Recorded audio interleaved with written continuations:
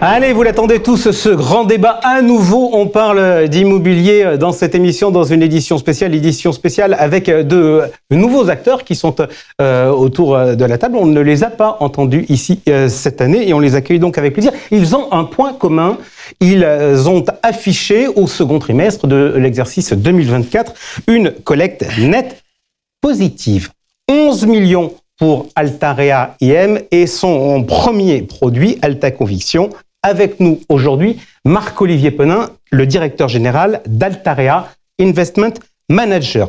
24 millions pour Sofidy, acteur historique qui a une gamme étoffée avec plus d'une douzaine de produits. Avec nous aujourd'hui, le président du directoire de Sofidy, Guillaume Arnoux. Aldéran, 54 millions avec deux produits, un tout neuf et un plus ancien sur la logistique. Avec nous, le président d'Aldéran, Rémi Bourgeon. Et enfin, 112 millions pour Altarea Arkea REM. 112 millions donc avec sa première SCPI dans une maison qui avait une culture de SC avec l'assurance vie. Avec nous, le directeur général d'Arkea REM, Yann Videcoq. Messieurs, bonjour. J'ai commencé par les points communs. Vous avez collecté en ce deuxième trimestre 2024. Je voudrais maintenant qu'on attaque par les différences, parce qu'en préparant cette émission, j'ai regardé l'histoire de vos sociétés de gestion et je me suis rendu compte que vous aviez des actionnariats très différents. Il y en a qui ont des actionnariats qui viennent du monde de l'immobilier, il y en a qui sont des émanations de family office, il y en a qui ont des actionnariats qui viennent de banques, il y en a qui ont des fonds d'investissement. Ma question, c'est donc quelle est votre situation et est-ce que l'actionnariat est peut-être un critère de choix d'une SCPI? Marc-Olivier Penin, je commence avec vous. Altarea IM, donc filiale de Altarea, groupe immobilier. Vous avez un passé qui vous a fait plutôt travailler dans des groupes où il y avait des profils financiers. Qu'est-ce que ça change ? Ça change clairement la vision et l'ADN immobilier de l'actionnaire. Dans le cas de Altarea IM, on est effectivement filiale à 100% du groupe Altarea.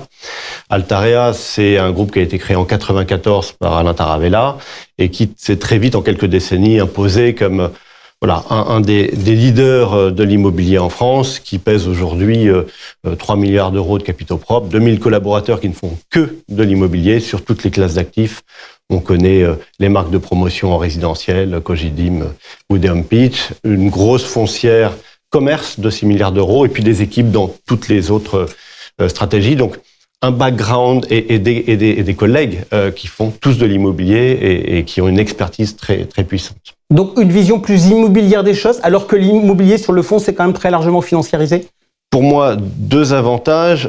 Effectivement, cette connaissance technique de toutes les classes d'actifs en détail et le maillage territorial, notamment français, du groupe, qui est très important. On sort d'une période où la financiarisation, la baisse des taux, un bon effet de levier suffisait à créer de la valeur. Demain, ça va être clairement un travail immobilier. Guillaume Arnoux, Sofidy, désormais filiale de Tikehau. Exactement. Alors, moi, je pense que le monde de la SCPI, l'immobilier, c'est le monde du temps long.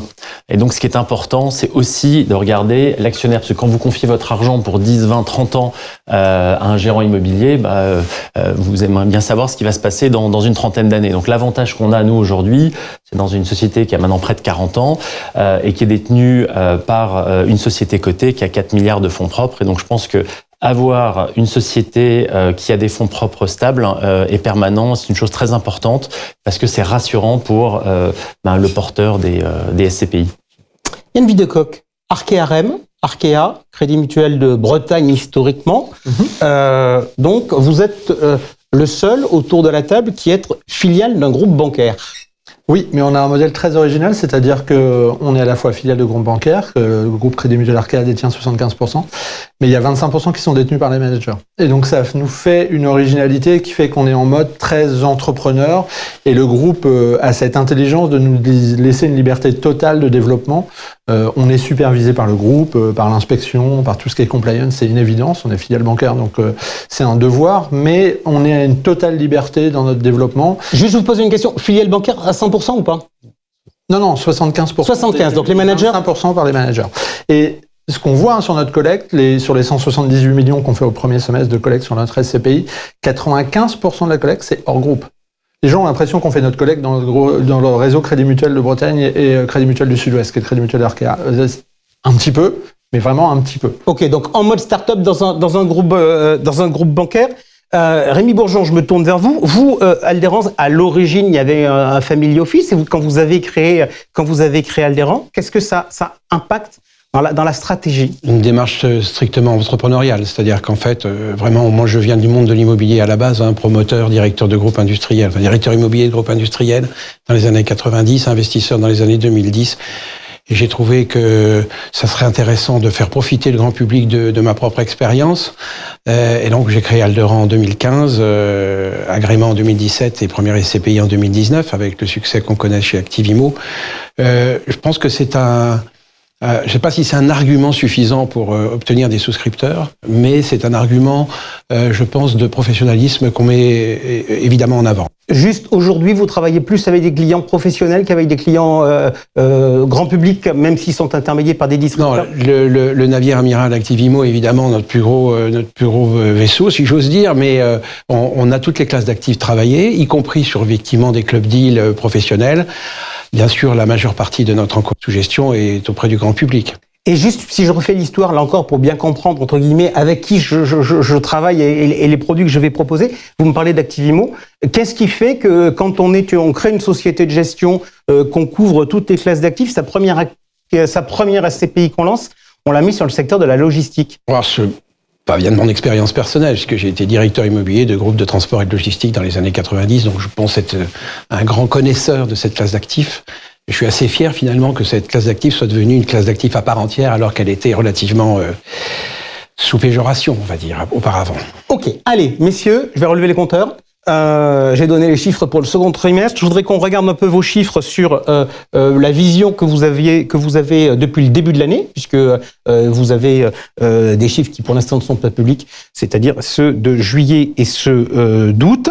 Où est-ce que vous en êtes et quels étaient vos objectifs? Je commence avec vous, Yann Videcoq. Nous, au 31 août, on a eu les chiffres hier, on est à 252 millions d'euros de collecte depuis le début de l'année. Donc, très très content parce qu'on bien évidemment on n'avait pas mis ça dans nos objectifs, on avait mis plutôt à peu près 150 millions sur l'année.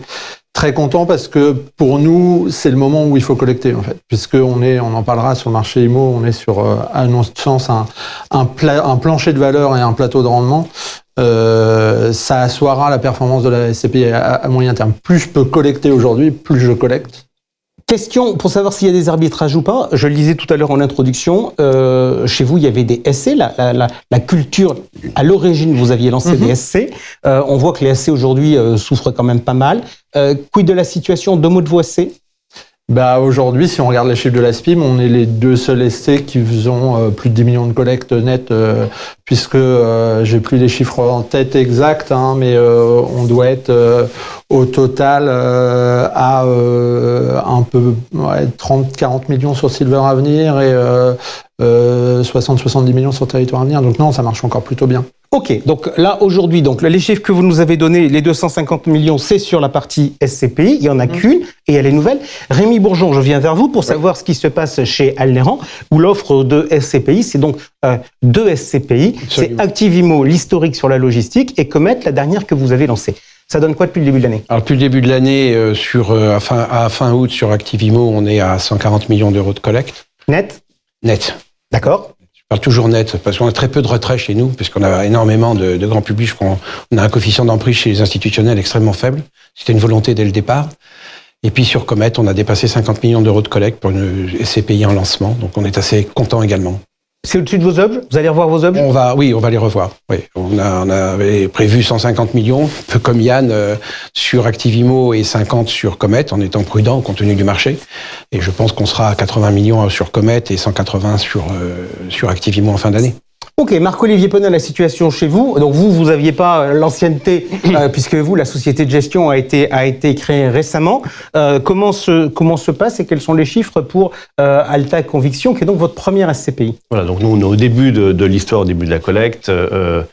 très très bonne acceptation et très bon référencement du marché sur cette nouvelle histoire. Je pense que le point d'entrée est très important et je partage l'avis de Diane sur le momentum de marché. Donc nous, on est en train d'installer la collecte. On a un premier objectif, c'est arriver à 100 millions d'euros. On est schématiquement à peu près à la moitié de cet objectif à mi-année. Est-ce qu'on l'attendra fin d'année ou début 2025, voilà. Mais on est dans cette installation et en progression mois après mois de la collecte avec les réseaux qui démarrent progressivement. Ok. Guillaume, je me tourne vers vous avec un dossier qui est un peu plus, je ne vais pas dire plus compliqué, mais comme vous avez plus une gamme plus importante, on va regarder non seulement la collecte au niveau global, mais également un peu dans le détail. Déjà, juste, tous vos petits camarades qui ont répondu à mes questions m'ont donné des chiffres de collecte nette. Moi, je me pose une question. Aujourd'hui, quand on regarde le marché, est-ce qu'il faut raisonner en collecte nette ou est-ce qu'il faut raisonner en collecte brute ? Je pense que les deux informations sont importantes, mais je pense que c'est aussi important de raisonner en collecte brute parce que c'est bien le montant qu'on souscrit nos associés et le montant qui quelque part montre la confiance des gens dans nos produits. Et puis effectivement, nous on a un peu plus de vie, donc on a plus de 30 ans, donc effectivement il y a des gens aujourd'hui qui ont fait des plus-values, qui les réalisent, etc. Donc oui, il y a les deux chiffres, il y a collecte nette et collecte brute, mais c'est bien aussi de savoir faire sortir les gens des fonds. Je prends l'exemple par exemple d'Immorente, qui est certainement donc une SCPI qui a aujourd'hui un peu de part en attente encore. Donc, si vous voulez un scoop, en tout cas, le stock de part en attente d'Immorente diminue en août. C'était la première fois depuis le début de l'année, donc ça c'est plutôt une très bonne nouvelle. Eh bien, c'est la SCPI qui collecte le plus malgré un peu de part en attente. Donc voilà. Donc ça, je pense, c'est important. Ok, j'en profite, Guillaume, si vous le permettez. J'en profite pour lancer un message à Frédéric Boll et à la SPIM.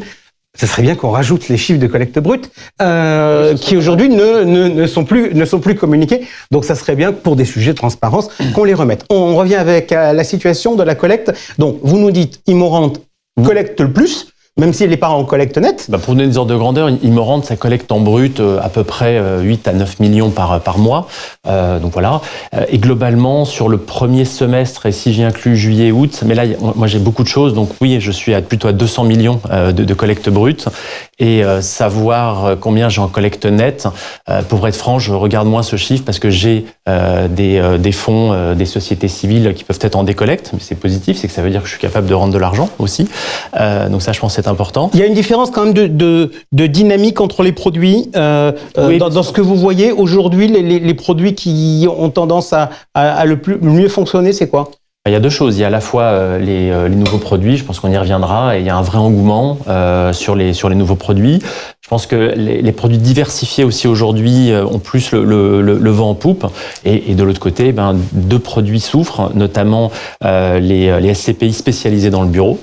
Et puis aussi effectivement les sociétés civiles globalement, donc peut-être pas celle d'Arca, mais globalement le monde de la société civile souffre. Ok, restons sur les SCPI. Je vais commencer avec vous, Marc-Olivier. Les clés du succès aujourd'hui. Est-ce que pour réussir aujourd'hui, il faut être diversifié ? Nous, c'est le choix qu'on a fait avec Alta Conviction. On l'a appelé multithématique. Ce qui est bien quand on lance un produit, c'est qu'on peut l'adapter à la situation exacte du marché. On a choisi d'être multithématique, donc potentiellement diversifié à terme, parce que... Juste, pardon, quand on dit multithématique, ça veut dire quoi ? Ça veut dire qu'on est opportuniste en disant... On va aller chercher, parce que, pardon, dans le wording diversifié, aujourd'hui, ça veut tout et rien dire. Il y a des gens qui disent, moi, je vais me donner toutes les opportunités et je fais ce que je veux et je peux passer de l'un à l'autre, du coq à l'âne sans la moindre difficulté. Puis il y a des gens qui disent, non, moi, je bâtis une allocation où je vais mettre différentes classes d'actifs parce que je pense qu'elles sont complémentaires, etc. Et que je veux plutôt traverser le temps long, mais avec une structure qui est plus stratégique que tactique. Vous, votre approche, c'est quoi ? Alors, notre approche, elle est très claire, c'est de choisir d'abord les secteurs dans lesquels on investit. Clairement, nous, on est allé sur le commerce, on est allé sur les locaux d'activité, et on n'est pas allé, on n'ira pas encore pendant quelques trimestres sur le bureau, le temps que voilà. Et donc, on choisit mais pour autant, on s'enferme pas dans une spécialité, puisque le moment de marché nous permet d'avoir des opportunités qui sont pas toutes exactement en même temps sur les différents secteurs, et donc on les commence quand on estime que c'est le bon moment. Donc on a fait ce choix-là clairement, plutôt France parce que le groupe a cette implantation et je pense qu'il faut jouer sur les qualités intrinsèques de chaque groupe et les compétences qu'il y a autour de la table. Voilà, donc c'est un facteur clé. Il faut être nécessairement avec des niveaux de performance dans le marché. Je sais qu'on y reviendra. Donc là aussi, il faut avoir un produit qui soit réponde aux attentes. Et puis, il faut savoir expliquer à quel point le moment de marché et le fait de lancer une SCPI maintenant est très intéressant. Ok, vous avez lancé une SCPI, c'était il y a quelques mois, c'est Sophie Dynamique chez Sofidy. J'aurais presque envie de vous dire pourquoi. Est-ce que c'est que vous aviez senti la crise venir et que vous vous êtes dit tiens, ça serait pas mal d'avoir une idée neuve, ça permettra de motiver les réseaux et les distributeurs. Quelle est la spécificité de cette SCPI par rapport à une SCPI diversifiée traditionnelle? Alors, ça, je pense, c'est un point important. En fait, on avait cette idée dans les cartons depuis longtemps, et c'est vrai que c'est effectivement une de mes marottes, c'est que dans une SCPI, vous pouvez faire de l'immobilier, mais vous pouvez prendre des risques assez différents. C'est-à-dire que c'est comme quand vous achetez un portefeuille obligataire, c'est plus simple. Vous avez des notations, vous avez des portefeuilles obligataires investment grade et des portefeuilles high yield.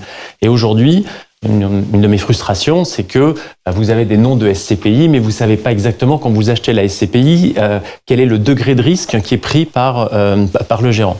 Et donc effectivement, on a plutôt une gamme historique, père de famille, immorante, très diversifiée, etc. Là, ce qu'on a voulu dire, on a voulu faire un petit pas de côté et se dire, voilà, Sophie Dynamique, c'est dans le nom, ça va être dynamique. On va prendre donc un peu plus de risques. Mais ça veut dire quoi? C'est-à-dire que ça sera peut-être pas des emplacements prime, ça sera peut-être pas des locataires prime, il y aura peut-être des baux un peu moins solides, mais il y aura plus de rendement. Donc c'est ça l'idée, c'est de créer un produit différent, que j'appelle un peu high yield, c'est-à-dire un peu plus risqué, donc qui dans une allocation immobilière, vous pouvez avoir des SCPI plutôt père de famille, chez nous c'est immorante, vous en avez d'autres, et si vous voulez un peu plus de risque, un peu plus d'épices, un peu plus de tabasco, vous avez Sophie Dynamique, mais c'est très différent. Je voudrais qu'on ouvre un peu ce débat, parce qu'il y a tout un sujet autour de la classification des SCPI. On va être clair, les indicateurs qu'on a dans les DIC ne servent à peu près à rien, tellement tout le monde a peu ou prou la même chose. Quid d'une segmentation du marché entre effectivement, pour la référence obligataire, elle est relativement simple. On a des agences de notation qui disent ça c'est triple A, ça c'est triple B, ça c'est parité. Donc il y a un agent externe qui donne un avis. Est-ce qu'il faut orienter l'immobilier dans ce sens-là? Et je vais être un peu provoque. Est-ce qu'on n'a pas une difficulté pédagogique aujourd'hui si on veut aller dans cette voie-là? C'est qu'en pratique, les plus grosses claques, on se les a quand même prises sur le plus corps. Exactement. C'est d'accord. Et c'est très compliqué aujourd'hui de le faire parce qu'en fait, on a des véhicules qui ont été lancés à des moments différents. Donc, les véhicules qui ont plus de 5 à 10 ans d'années, je pense qu'on peut les noter en fonction parce qu'ils ont vécu au moins un cycle immobilier, on va dire. Mais nous, par exemple, qui achetons à 7,90 depuis le lancement de la SCPI, normalement, la rémunération du risque, c'est le rendement. On est tous d'accord là-dessus. On a fait des cours de finance. Plus il y a de risques, plus peut-être qu'on aurait plus pas la dû. performance est élevée. C'est ça. Mais quand on achète à des instants de marché différents, ça marche plus exactement pareil en fait, parce que nous, ce 7,90, il est équivalent à peut-être un 5,5 il y a 4 ans sur le marché au pic du marché, quoi. Donc c'est ça qui est compliqué aujourd'hui pour comparer des véhicules en fait. Ok, donc Guillaume nous dit, la stratégie c'est du diversifié, mais avec une typologie de baux et d'actifs différents de ce que l'on fait dans le reste, de ce que l'on fait dans le reste de notre gamme, avec une prise de risque plus importante. Rémi Bonjean, vous nous avez expliqué tout à l'heure qu'Activimo, c'était votre passé professionnel qui faisait que votre connaissance de la logistique faisait que c'était naturel de lancer un truc sur la logistique.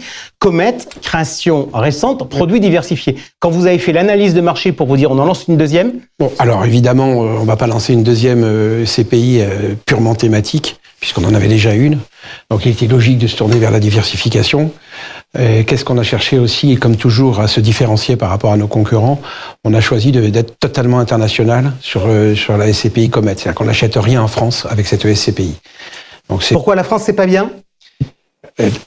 Il faut être différenciant. La France, c'est bien. On peut trouver des très beaux produits en France. On est bien évidemment, mais ça a été un choix, je dirais, marketing et stratégique que d'aller sur le marché européen. Est-ce que vous aimez la fiscalité immobilière en France? Voilà, c'est pourquoi on le fait. Mais aussi, c'est une demande de nos souscripteurs. Clairement. Nos souscripteurs, par l'intermédiaire de notre réseau de distribution intermédiaire, que sont les CGP, nous disent, nous, on est trop taxés en France sur les revenus fonciers. Bon, moi, c'est un peu ma marotte. Hein. Chaque fois que je vois un élu, je lui dis, mais pourquoi on traite différemment un investisseur immobilier qui prend des risques en rentrant dans une SCPI ou dans d'autres d'ailleurs des structures de pierre-papier, d'un investisseur industriel qui achète des blue chips comme EDF, Total, etc., qui fait rien, qui est un sleeping total et qui bénéficie lui d'une flat tax alors que les autres c'est du revenu foncier avec une tranche marginale d'imposition plus la CSG CRDS. Il se trouve que quand on va à l'étranger, qu'on étudie bien les pays que l'on a en face de nous, les conventions fiscales permettent évidemment déjà de supprimer pratiquement, presque systématiquement, le volet prélèvements sociaux. Donc on gagne déjà 17,2. Ah oui, c'est ce qui n'est pas rien. Et ensuite, on travaille la fiscalité de chaque pays par rapport à la convention fiscale avec les crédits d'impôt que nos souscripteurs peuvent récupérer. Donc c'est forcément un avantage et c'est une demande. Voilà, donc c'est pour ça qu'on a fait ce choix vraiment massif, je dirais, et qu'on s'est mobilisé depuis le début de l'année sur ce sujet. Yann Videcoq, quelle a été votre réflexion diversifier impérativement, c'était votre logique quand vous avez fait Transition Europe? Ouais, quand j'ai monté ARC-KRM, mon objectif c'était de lancer une SCPI diversifiée. Parce que pour le gérant, ça lui permet effectivement d'être opportuniste. Et en plus, il se trouve qu'on est arrivé à un moment, on a eu de la chance sur le moment de notre arrivée sur le marché, on va être clair, hein, c'était pas prévu au moment où on a monté la société de gestion qu'on ait cette opportunité de lancer une SCPI pendant la crise, parce que c'est vraiment une opportunité. Et donc la diversification, elle permet vraiment diversification géographique, parce qu'effectivement, comme Rémi, notre SCPI, elle n'investit pas en France, elle investit que hors de France. Et donc, on peut choisir les marchés. On sait que les marchés anglo-saxons ont décroché plus vite, et donc ça nous a permis d'aller chercher du taux en Irlande, aux Pays-Bas, qui est quand même un marché de nature anglo-saxonne. Hein, et puis après, aller sur l'Espagne, aller sur des marchés qui ont mis un peu plus de temps. Donc voilà, et puis ça permettra le jour venu, effectivement, ce que vous disiez tout à l'heure sur est-ce que c'est stratégique ou est-ce que c'est tactique. On peut faire les deux en fait, c'est-à-dire qu'on a une vision stratégique à long terme en disant notre allocation, elle doit être à peu près celle-là. Mais n'empêche que si on se retrouve face à un phénomène de marché où un secteur décroche parce que il y a une demande énorme et qu'on se retrouve avec des taux beaucoup plus bas, on peut aller sur un autre secteur et modifier quand même cette vision. Je crois que la diversification, pour rejoindre ce que disait Marc-Olivier, c'est aussi un moyen de réagir à toutes les opportunités qui se présentent.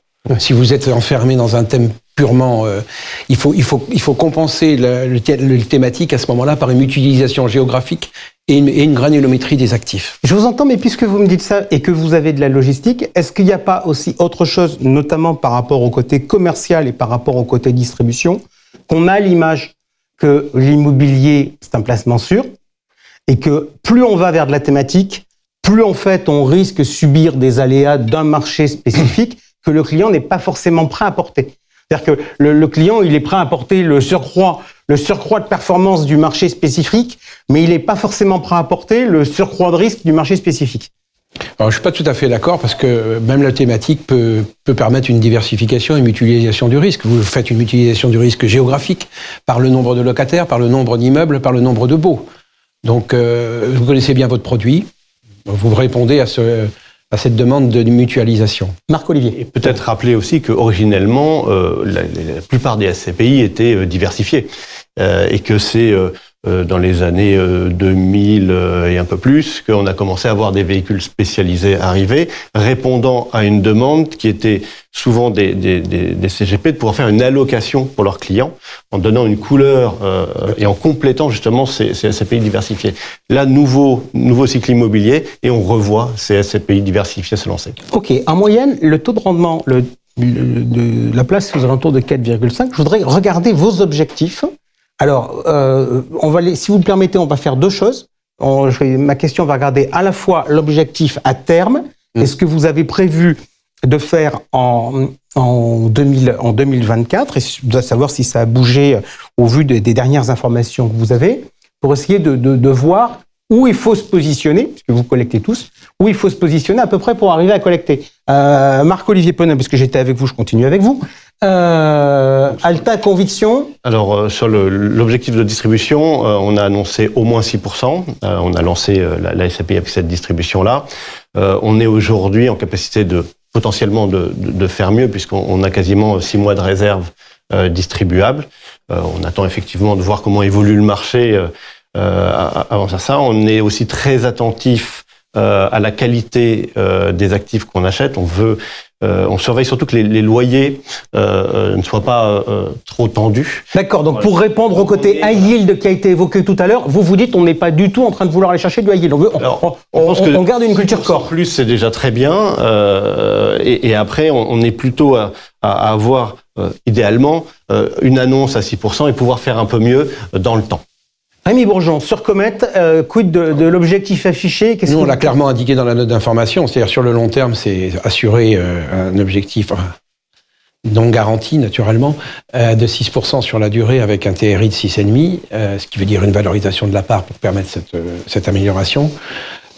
Sur la première année, on sera forcément à plus que ça, puisqu'on a beaucoup collecté et on a surtout, je pense que Yann pourra le confirmer, on achète plus vite aussi à l'étranger, ce qui est aussi une des raisons pour lesquelles on y va.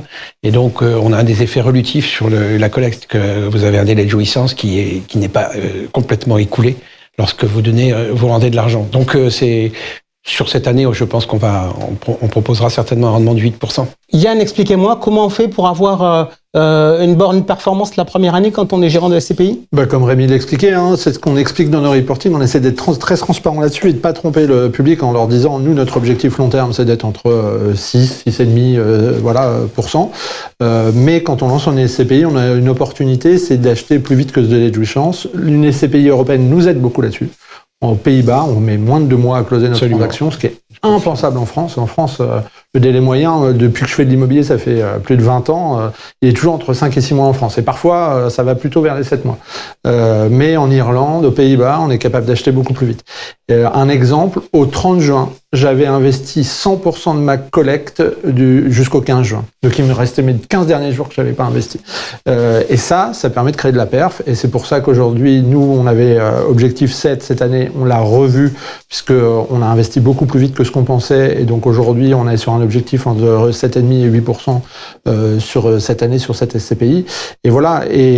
Mais toujours garder en tête, effectivement, que quand on achète à 7,90 moyen, en gros, on enlève 150 points de base de frais divers et variés, et ça fait un rendement long terme, si on ne comprend pas en compte de délai de jouissance, qui est autour des entre 6 et 6,50. Ok, donc ça veut dire qu'il faut acheter peu ou pro à 8 pour sortir du 6,50 au final. Alors vous m'avez dit que vous alliez faire du rendement avec Sophie Dynamique. Au rendement, ça donne quoi comme objectif de performance? Alors il y a donc les deux mondes, hein. le monde classique de Sophie D, où là on va avoir des rendements, j'ai envie de dire la borne basse à 4,75 jusqu'à 5,40. Moi je pense que c'est long terme nos objectifs autour de 5, hein, évidemment non garanti, je suis tout à fait d'accord avec Juste Yann. Guillaume, je peux vous poser une question? Allez-y. Est-ce qu'on a des contraintes d'avoir une plus forte rentabilité quand on n'a pas de réseau de distribution? Je ne sais pas si on a des... en tout cas, on a une contrainte d'être plus transparent, exigeant dans la gestion, parce qu'il faut montrer qu'on est meilleur, et on est tous autour de la table. Je pense qu'on a tous ce point commun. On n'a pas de réseau de distribution captif, et donc ça nous oblige à être encore meilleur pour montrer aux indépendants qu'on a des produits de qualité. Et donc, le rendement en fait partie. Ça n'est qu'un dépend, mais en fait partie. Donc, le monde, j'ai envie de dire, classique, tourne autour de 5%, ce que je trouve plutôt positif. Et en tout cas, sur le long terme, c'est notre objectif. Et sur la partie plus high yield, effectivement, on a un objectif long terme de faire 7%. Et cette année, on a annoncé un 8 minimum. Et voilà, c'est 8 minimum. Je vais rester avec vous. On a parlé des SCPI, on a parlé des objectifs, etc. Je voudrais qu'on parle un peu du marché immobilier, parce que c'est quand même ça. C'est quand même le sujet. C'est quand même ça la base de tout. Alors, vous êtes acheteur aujourd'hui sur le marché immobilier, donc vous voyez un peu la situation. Comment vous le voyez? Je vais rester avec vous, Guillaume Arnaud, parce que vous avez été un de ceux qui a un peu animé le marché, oui, tout à fait. avec une très grosse opération. Oui, effectivement, un peu plus de 200 millions. Donc, on a effectivement acheté un très gros centre commercial en début d'année. Alors, sur le marché aujourd'hui, la bonne nouvelle, c'est qu'ici, on est tous acheteurs, et être acheteur dans un marché structurellement vendeur, c'est assez agréable. Voilà.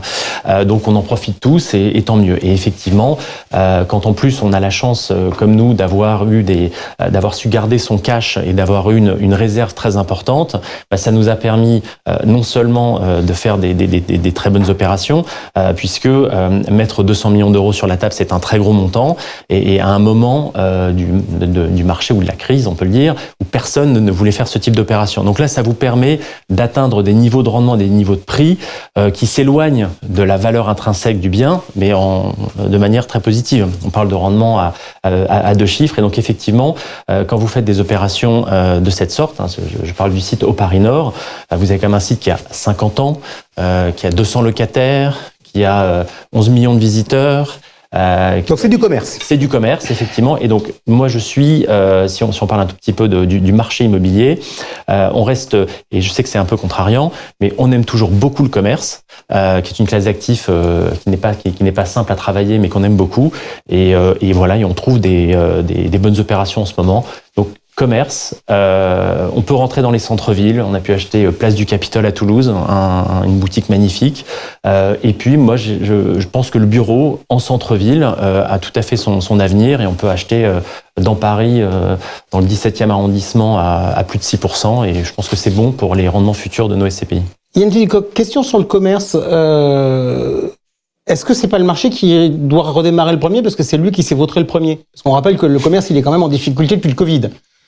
Il n'a pas attendu la hausse des taux avant de commencer à souffrir. Ouais, mais c'est compliqué. Nous, par exemple, on n'a pas fait de commerce. Et tout le monde nous dit, mais vous aimez pas le commerce? Nous, on adore le commerce. Le problème, c'est ce qu'on nous a montré pour l'instant. Soit on a perdu des deals. On a vu un très beau portefeuille en Irlande qui est de commerce alimentaire, et ça, on aime beaucoup, avec un locataire solide. Nous, ce qui nous pose problème dans les deals qu'on a vus dans le commerce, c'est souvent la solidité du locataire, en fait. Et on est quand même dans une économie européenne qui souffre, où les taux de faillite augmentent fortement, oui. Et tout ce qui est commerce textile, notamment, mais pas que, c'est compliqué. Et donc, on n'a pas eu l'opportunité d'en acheter, on en cherche. Mais c'est vrai qu'on est très sélectif sur le commerce à cause vraiment de cette solidité des locataires. Donc vous achetez quoi? Parce que les bureaux, vous aimez? Oui, on achète un peu de bureau. Nous, il y aura toujours du bureau. On achète. Si vous regardez notre dernier reporting qui est sorti là au 30 juin sur la SCPI, on fait un reportage photo dans un immeuble de bureau des Pays-Bas qui est magnifique en termes de service, et on explique ce que c'est qu'un immeuble serviciel. Parce que souvent on nous demande, ouais, mais c'est quoi un immeuble de bureau serviciel? Allez voir notre reporting, vous verrez ce que c'est un immeuble serviciel, ce qu'on propose aux locataires, etc., etc. Et donc, on fait toujours un peu de bureau. On aime beaucoup tout ce qui est logistique, bien évidemment, et tout ce que nous, on appelle le life science, donc autour des laboratoires. Ça participe à cette notion de réindustrialisation de l'Europe, et on a vu aux crises du Covid qu'on avait un vrai sujet autour des laboratoires, autour de tout ce qui est pharmaceutique, voilà. On voit bien, si vous avez des enfants malades aujourd'hui, le médecin il vous met 3 antibiotiques parce qu'il sait qu'en pharmacie, vous n'allez pas être capable de trouver peut-être 2, voire peut-être les 3. Et donc c'est une classe d'actifs qu'on aime beaucoup. On a fait pas mal de life science récemment. Rémi Bourgeon, donc sur Recomet aujourd'hui, les premières acquisitions, quels sont les marchés qui vous intéressent? Alors, on a acheté en Espagne, aux Pays-Bas, et en Italie sur le deuxième trimestre, donc assez diversifié déjà, sur des classes d'actifs lifestyle, là pour le coup, plutôt des hôtels, loisirs. On a acheté un centre de paddle notamment à Madrid, mais on a acheté aussi des studios on est dans un très joli studio, mais il faut aller voir les studios d'Endemol à Amsterdam qu'on a acheté fin du mois de juin, et donc c'est une très belle acquisition. On y tourne la prochaine émission. Voilà, on pourrait imaginer ça. Non, puis aussi du bureau. On a acheté du bureau à Milan. Moi, je suis d'accord avec Yann, et il faut pas négliger. Il faut simplement, évidemment, être très sélectif sur le choix d'actifs. C'est évident. Je voudrais quand même vous poser une question, vous qui connaissez bien la logistique. Franchement, à une certaine époque, ça s'achetait avec des taux de rendement à 2 chiffres, largement. Oui, tout à fait. On s'est retrouvé avec des taux qui est quasiment du bureau parisien. Je freinais des 4 fers pour ça, mais bon. La logistique, on est revenu au prix, on est... Alors, c'est probablement la classe d'actifs qui s'est déjà repraïssé le plus vite. Hein. Mais c'est clair, Yann le dit pour le commerce, quand vous allez au UK aujourd'hui, vous avez un taux de pénétration du e-commerce à 28%, quand nous on est à peine à 15%. Donc vous voyez qu'il y a encore de la marge à faire, et c'est vrai que le e-commerce, ça entraîne la nécessité d'une chaîne logistique efficace. Et une chaîne logistique, c'est souvent des ruptures de charge et donc des enveloppes immobilières. Donc c'est pour ça que Activimo et toutes les sociétés derrière qui achètent de la logistique ou des locaux d'activité performent parce que les gens ont bien compris que c'était résilient. Marc-Olivier Penin, je me tourne vers vous, donc on revient sur la France. Le commerce, ça vous plaît ?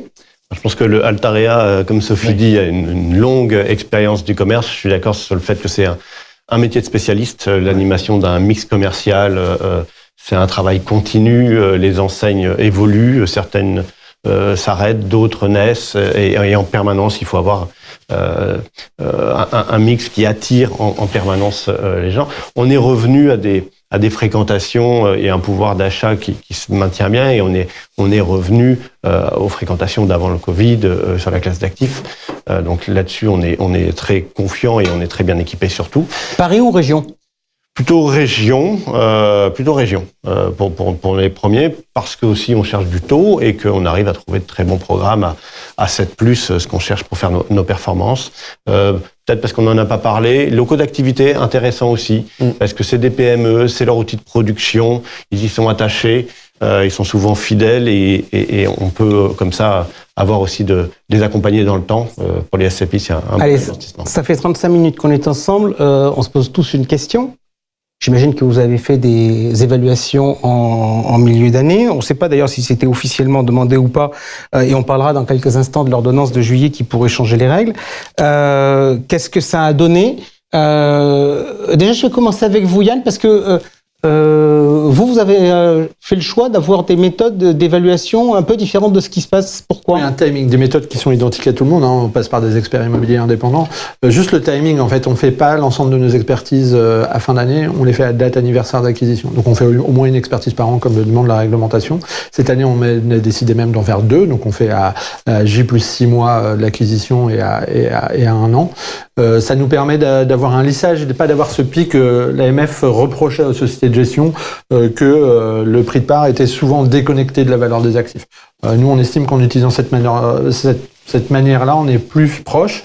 Et puis, ça nous permet, on est les seuls aujourd'hui à faire ça, à publier une valeur de reconstitution trimestrielle. Tous les trimestres, on publie une valeur de reconstitution. Aujourd'hui, on n'a pas de sujet, parce qu'on a acheté dans les 18 derniers mois. Notre valeur, on est dans la partie très positive de ce fameux tunnel de valeur de reconstitution. On est autour de 205 € de valeur de reconstitution, alors que notre valeur de part, elle est à 200 €. Donc, pas de sujet pour nous. Juste, quand on est neuf, si on regarde des sujets techniques, le coût des frais, ça a un impact sur les valeurs ou pas ? Parce que quand on achète des frais d'expertise. Non, pas des frais d'expertise, des frais du fait qu'on achète des immeubles, ça coûte des frais. Ouais. Et donc, a priori, les frais, on les retrouve pas dans la valeur de réalisation. Oui, bien sûr. Oui, c'est un impact, mais pas plus que quand on est plus loin. Ok. Donc, grosso modo, vous avez une situation particulière. Donc, sur la méthodologie, vous, chez Sofidy, valeur de réalisation, reconstitution au milieu d'année, ça donnait quoi ? Alors, nous, on a une méthode classique, ça a donné, c'est plutôt globalement une forme d'atterrissage des valorisations, donc assez proche de ce qui était les valorisations du 31 décembre, avec un peu de dispersion, c'est-à-dire encore des mauvaises nouvelles, notamment j'ai en tête le bureau de périphérie et le bureau allemand. En revanche, comme les taux se sont un peu décompressés, on en reparlera, les valorisations parisiennes ont plutôt augmenté et le commerce s'est plutôt bien tenu, voire amélioré. N'oublions pas que le commerce, c'est quand même 15% de hausse de loyer ces 3 dernières années, avec l'effet de l'inflation. Donc globalement, vous avez des loyers qui ont augmenté et qui ont compensé des taux de capitalisation, qui fait qu'aujourd'hui, chez nous, on est globalement en très légère hausse, avec une hausse sur Immorente, sur les valeurs de reconstitution, une légère baisse sur le bureau, sur Efimo, mais évidemment, on bouge pas nos prix de part qui restent stables. Prix de part inchangé. Si on regarde... Même chose chez nous, légère même amélioration des valeurs de reconstitution par rapport au 31 décembre. Donc c'est plutôt intéressant. Donc on va rien changer au niveau du prix des parts. Marc-Olivier Penin ? Alors, moins d'actifs que mes confrères pour l'instant, pour être transparent. Après, on a fait effectivement des valeurs à mi-année. On y est fortement assisté. Je pense que c'est de la transparence qu'on doit en ce moment sur le marché qui se pose des questions, avec des résultats très positifs, puisqu'on est avec une valeur de reconstitution qui progresse de 6,60% et une valeur de réalisation qui progresse de 2%. Donc on retrouve les conditions très favorables à l'acquisition en ce moment. Ok. Donc, mais pas d'évolution du prix de part. jusqu'à maintenant. Ok, j'entends ce que vous dites, tout en précisant que quand on regarde les communications qui existent sur la place, on n'a pas forcément le sentiment que ce soit la même vision. C'est d'ailleurs assez rigolo de voir les différences de vision qu'il peut y avoir entre les experts, puisque certains ont annoncé des valeurs de réalisation et des valeurs de reconstitution en baisse importante. L'actualité, nous sommes au mois de septembre. L'actualité, c'est la semaine prochaine ou la semaine d'après d'ailleurs, réunion des banques centrales. On a quand même le sentiment, j'ai entendu, il y a des marchés qui se portent mieux que d'autres, les locaux d'activité, la logistique, etc. Mais sur le fond, quand je regarde les stats, et notamment sur le marché principal, c'est-à-dire le bureau, on a quand même l'impression que tout est totalement au point mort. Donc ma question, elle va être relativement simple. A priori, il va y avoir baisse des taux en septembre. À votre avis, quel va être l'impact de cette baisse de taux? Je vous donne deux possibilités. Est-ce que ça va relancer les transactions, en imaginant que certains vendeurs se disent qu'ils vont revenir parce qu'ils vont peut-être trouver des acquéreurs? Est-ce que ça va faire remonter les prix? Et question subsidiaire, j'avais le sentiment que dans un marché bloqué, il y avait une sorte de prime de liquidité, c'est-à-dire celui qui avait de l'argent et qui était prêt à payer, il pouvait écraser le prix parce qu'il avait l'argent. Est-ce que cette prime de liquidité, elle existe encore? Elle s'est réduite ou est-ce qu'elle est supprimée? Yann Videcoq, votre sentiment aujourd'hui sur les perspectives du marché? Elle existe encore. Après, ça dépend des classes d'actifs. On parle de la logistique. Sur la logistique, c'est devenu un peu plus compétitif. Mais elle existe encore, clairement. Nous, notre sentiment, c'est que cette baisse des taux aujourd'hui, elle va s'accompagner effectivement d'une augmentation des valeurs. C'est automatique. Ça va dépendre de son ampleur, de sa rapidité. Mais on sait qu'en immobilier, il y a toujours un décalage. Comme il y a eu un décalage, on a vu que les valeurs d'expertise n'avaient pas décroché aussi rapidement. Mais là, c'est pareil, elles ne remonteront pas aussi rapidement. Donc pour nous, on va rester sur ce palier encore au moins jusqu'à la mi-2025, fin 2025. Rémi? Moi, je voudrais parler des souscripteurs, parce que s'il y a une détente des taux, la première chose qui va se produire, c'est une baisse du coût des crédits immobiliers, une resolvabilisation, et donc la possibilité pour certains souscripteurs de retourner voir leur banque pour acheter des SCPI à crédit. Et donc ça peut être intéressant pour nous, mais c'est surtout intéressant pour chaque souscripteur et chaque Français. Le marché de résidentiel a été totalement, même a été catastrophique sur la dernière année. Je comprends même pas que au gouvernement on se soit pas penché sur ce sujet. Donc j'espère que cette baisse des taux qui est partie permettra de refluidifier le marché résidentiel. Et si on refluidifie le marché résidentiel, il y aura évidemment des impacts très positifs sur le marché de l'immobilier tertiaire. Mais ça veut dire de nouvelles compétitions, puisqu'il y aura des nouveaux acteurs qui, eux, vont pouvoir aussi aller chercher des leviers bancaires que jusqu'à présent, depuis un an, pratiquement, nous, tous autour de la table, avons bénéficié justement du cash que nous avions dans nos poches pour pouvoir bien négocier. Marc-Olivier Penat, votre sentiment sur l'impact de la baisse des taux sur le marché immobilier? Je pense que quand on dit que le marché des transactions est bloqué, on est à moins 50% et même un peu plus, donc il est vraiment juste, c'est qu'on a des vendeurs et des investisseurs qui ne se trouvent pas, qui ne sont pas d'accord sur les prix. Aujourd'hui, on est sorti de la grande inquiétude de l'augmentation des taux. On se demandait à l'époque, il y a quelques mois, où est-ce qu'elle s'arrêtait. On est arrivé à ce palier dont on parle, avec des taux qui yoyotent autour de 3%. Les gens recommencent à pouvoir avoir une stratégie. Si je vends, combien vend mon immeuble? J'achète avec mon produit, je suis prêt à payer jusqu'à combien? J'emprunte, a priori, on peut refaire des calculs et les gens se reparlent. Et je pense que déjà ça aidera à un début de décongestionnement du marché. Après, si les taux baissent, d'ici, parce que on en parle depuis longtemps, ça a commencé, effectivement, ça devrait s'accélérer. Je pense que ça sera très positif pour les fonds immobiliers existants et donc pour le produit SCPI dans son ensemble. Sur les nouveaux fonds, on aura aussi une appréciation tendancielle des valeurs mécaniques puisqu'on aura acheté tout dans le bon. Donc on est gagnant, je dirais, que les taux se maintiennent ou que les taux baissent. Guillaume Arnaud, est-ce que finalement dans le marché il y a eu beaucoup de vendeurs forcés? Non, il n'y a pas eu tant que ça de vendeurs forcés parce que le marché français, en tout cas, il y en a eu plutôt effectivement, notamment en Angleterre et dans les pays anglo-saxons qui ont une réactivité différente. En revanche, en France, les produits sont faits pour éviter, heureusement, les ventes forcées. Donc ça, c'est plutôt assez positif. Et les rares où il y a pu y avoir des ventes forcées, il y a eu des très bonnes opérations. Mais je reviens sur les taux parce que je pense qu'il y a quelque chose d'important. Il y a vraiment deux types de taux. Il y a les taux longs et les taux courts. Bon, sur les taux longs, je veux dire, aujourd'hui, à 10 ans, l'État français s'endette à 3%. Genre, si on ne sait pas gérer de l'immobilier avec des taux longs à 3%, il faut qu'on change de métier. Donc, j'ai envie de dire, sur la partie longue, tout va bien. Sur la partie courte, le vrai sujet en ce moment, en termes de flux sur nos produits, c'est que vous gagnez plus d'argent à mettre votre argent sur un compte à terme que à le placer à long terme. Donc moi, le jour où vous allez avoir cette baisse de taux court, je pense que c'est extrêmement favorable pour nos produits parce que pendant des années, on n'a pas eu de concurrence. Vous aviez votre SCPI qui servait du 5, vous aviez des comptes courants qui rapportaient rien, vous aviez un fonds en euros qui rapportait à peine 2. C'était la seule alternative pour avoir un rendement autour de 5 avec un risque mesuré qui était du risque immobilier. Ok, d'où le fait qu'on ait eu sur la SCPI des touristes, c'est-à-dire des gens qui n'avaient rien à y faire en pensant que c'était un compte à terme et qui pouvaient obtenir du 5 en sortant du jour au lendemain. Exactement. Donc là, on est là sur du long terme et le jour où ces taux bas, ces taux courts vont baisser, moi je pense que ça va être à la fois favorable, comme vous le dites, sur le marché de la, je veux dire, les marchands qui achètent à taux variable et vont revenir sur ce marché puisque ça leur coûtera moins cher de faire des financements. Et vraiment, la chose la plus importante, c'est que enfin, la SCPI, avec nos rendements collectifs entre 5 et 7%, va retrouver un couple rendement-risque qui va la remettre en haut de la pile et sera beaucoup plus, j'ai envie de dire, un vrai produit dans une allocation. Il y aura beaucoup plus de pierre papier dans les allocations au moment de la baisse des taux courts. D'accord. Plus dans ce cas-là, dans une approche directe que intermédiaire par l'assurance vie? Non, les deux, parce que les fonds, les fameux taux boostés que vous avez chez un assureur, si vous avez aujourd'hui un contrat d'assurance vie qui vous assure du 4,5% sur 2 ans capital garanti, allez-y. Et ce que je peux vous dire, c'est que ça va pas durer.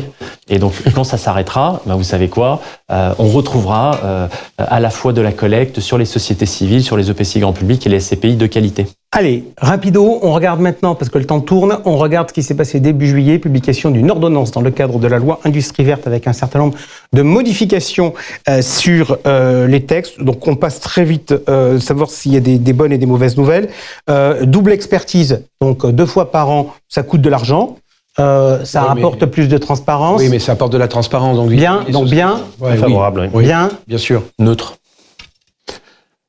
Neutre aussi, parce que c'est bien en temps de crise. Tout le reste du temps, ça coûte aux ça coûte, c'est sûr. Hein. C'est très bien en temps de crise. Et donc, moi, je trouve que la méthodologie de l'AMF de dire, faites-en, c'est pas mal en fait, puisque l'AMF nous dise pendant le temps de crise vous en faites 2 fois par an, nous obliger à en faire 2 fois par an, la plupart du temps ça servira pas. Si vous n'en voulez pas, vous savez que la seule chance c'est qu'il n'y ait pas de gouvernement et que cette ordonnance ne soit pas ratifiée d'ici le 3 octobre, puisque par définition ce texte pour rentrer en application doit être ratifié. Ce qui serait fort dommage pour le deuxième volet qui est la possibilité pour les SCPI d'acquérir.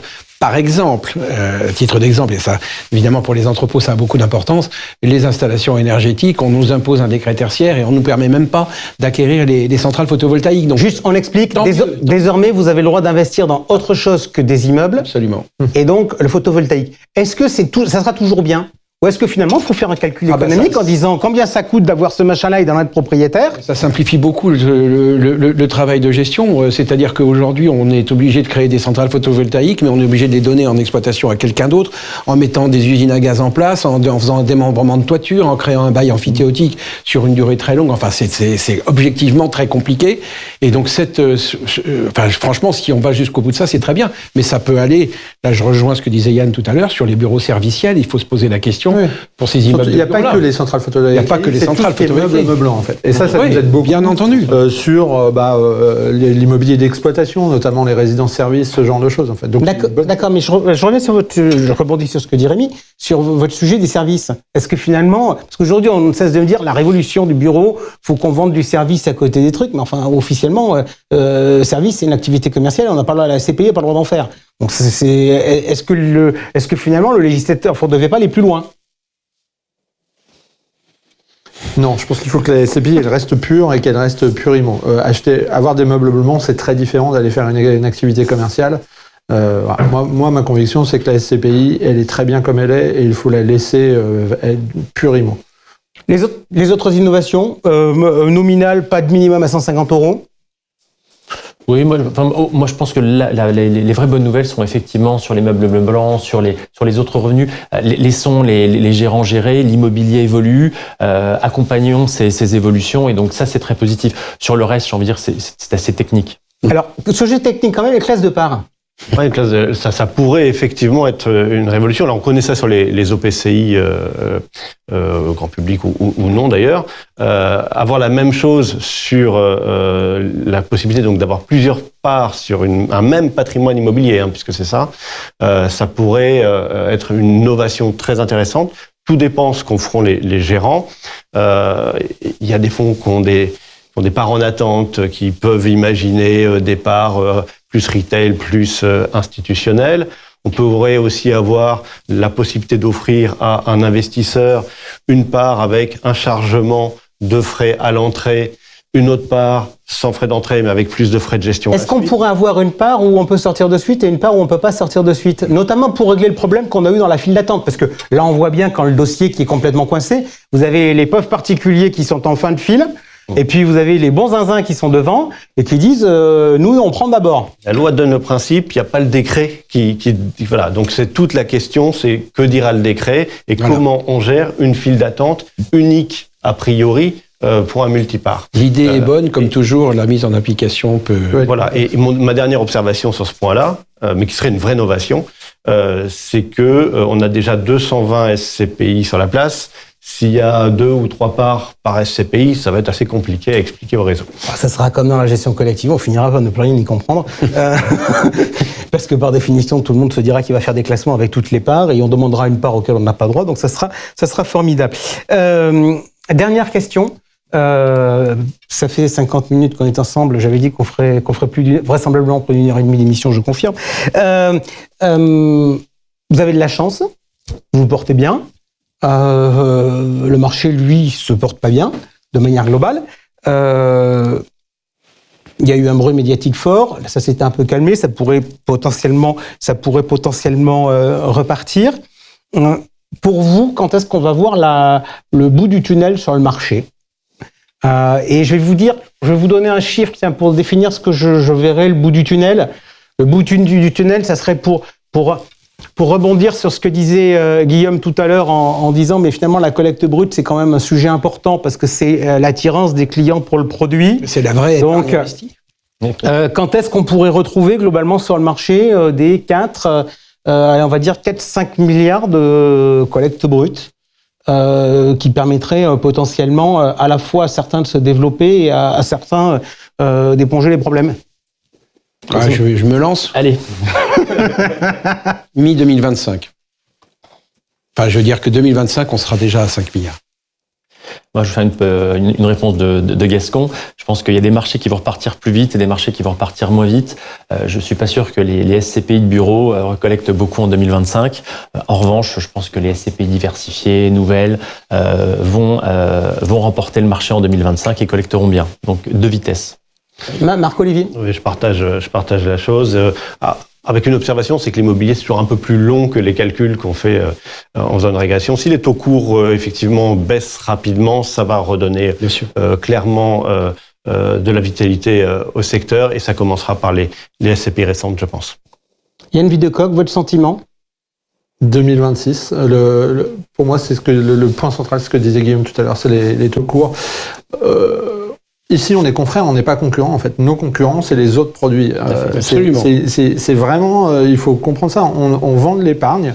L'épargne immobilière fait partie de l'épargne. Et aujourd'hui, nos concurrents, c'est les comptes à terme, c'est les produits structurés. Il y a une vague de produits structurés.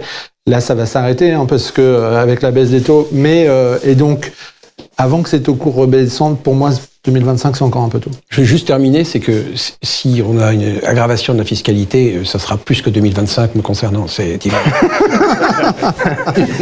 Si moi je peux aussi donner une note positive, ce qu'on aime bien chez Sofidy, c'est qu'effectivement on a une gamme assez importante, mais en plus on gère un fonds de foncière coté. Moi, j'aime beaucoup regarder le marché de la foncière cotée parce que le marché liquide, les marchés d'actions, c'est toujours dans l'anticipation.